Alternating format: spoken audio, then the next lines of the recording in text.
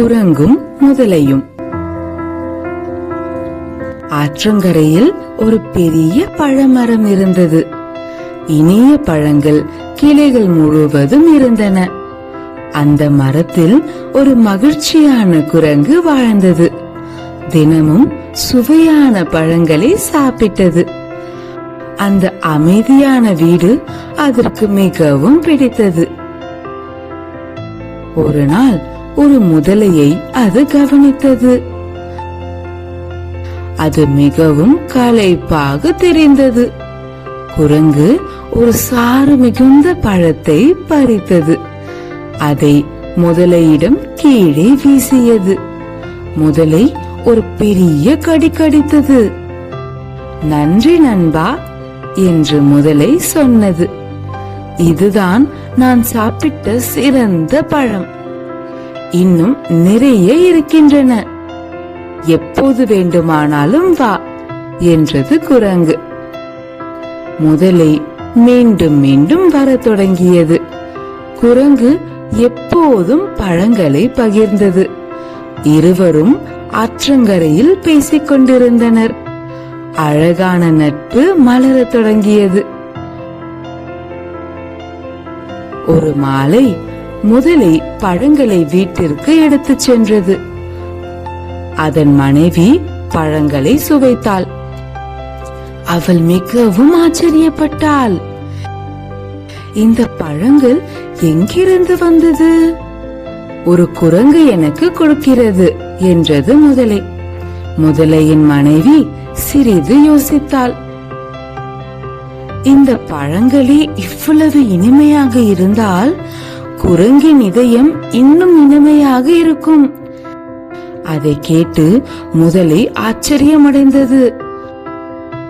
ஆனால் அவள் பிடிவாதமாக கேட்டாள்.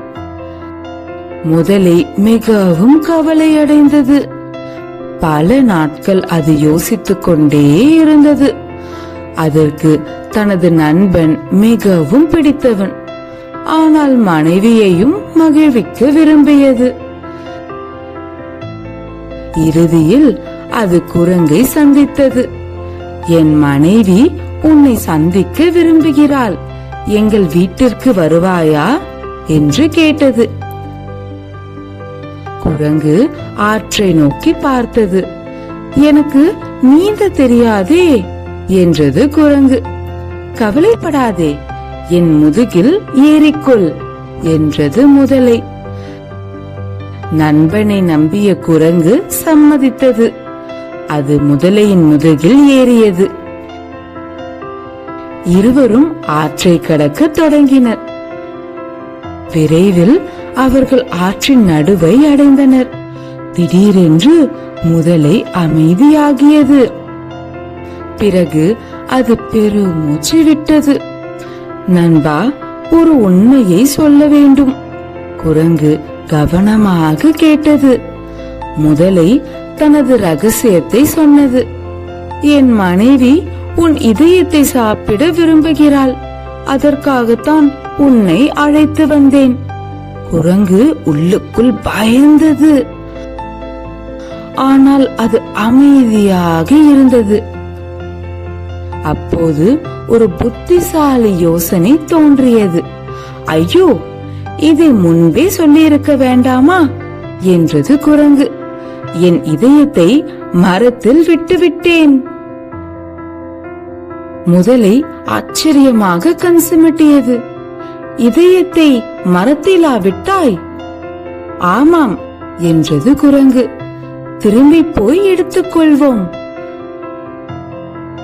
முதலை குரங்கின் வார்த்தையை நம்பியது. வேகமாக மரத்தை நோக்கி நீந்தியது. குரங்கு கரைக்கு தாவியது. உயர்ந்த கிளையில் பாதுகாப்பாக அமர்ந்தது. கீழே பார்த்து புன்னகைத்தது. யாரும் இதயத்தை விட்டு வரமாட்டார்கள். என் புத்திசாலித்தனம்தான் என்னை காப்பாற்றியது. முதலை தனது தவறை உணர்ந்தது. வெட்கத்துடன் அங்கிருந்து நீந்தி சென்றது.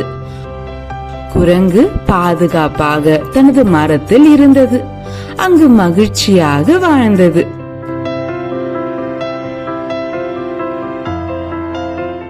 குட்டீஸ், இந்த கதையிலிருந்து நாம என்ன கத்துக்கலாம்? பிரச்சனை வரும்போது குரங்கு பயந்து போகல, அது அமைதியா யோசிச்சுது.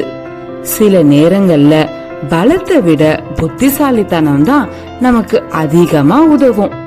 சிரமங்கள் வந்தாலும் பதறாம யோசிச்சு நல்ல முடிவுகளை எடுக்கணும்ன்றத நம்ம இந்த கதையில இருந்து கத்துக்கலாம்.